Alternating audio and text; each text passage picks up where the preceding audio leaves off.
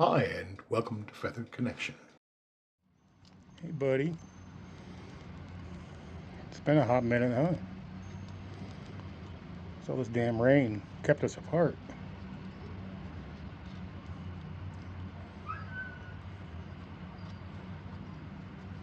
It's good to see you.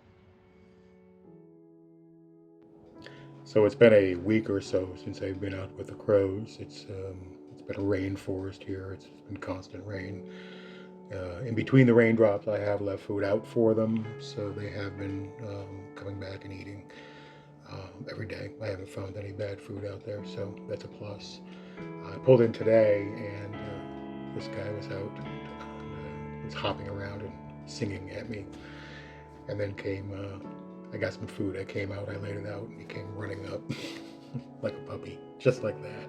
Cracked me up. I thought that was the coolest thing ever. So, real excited about the return.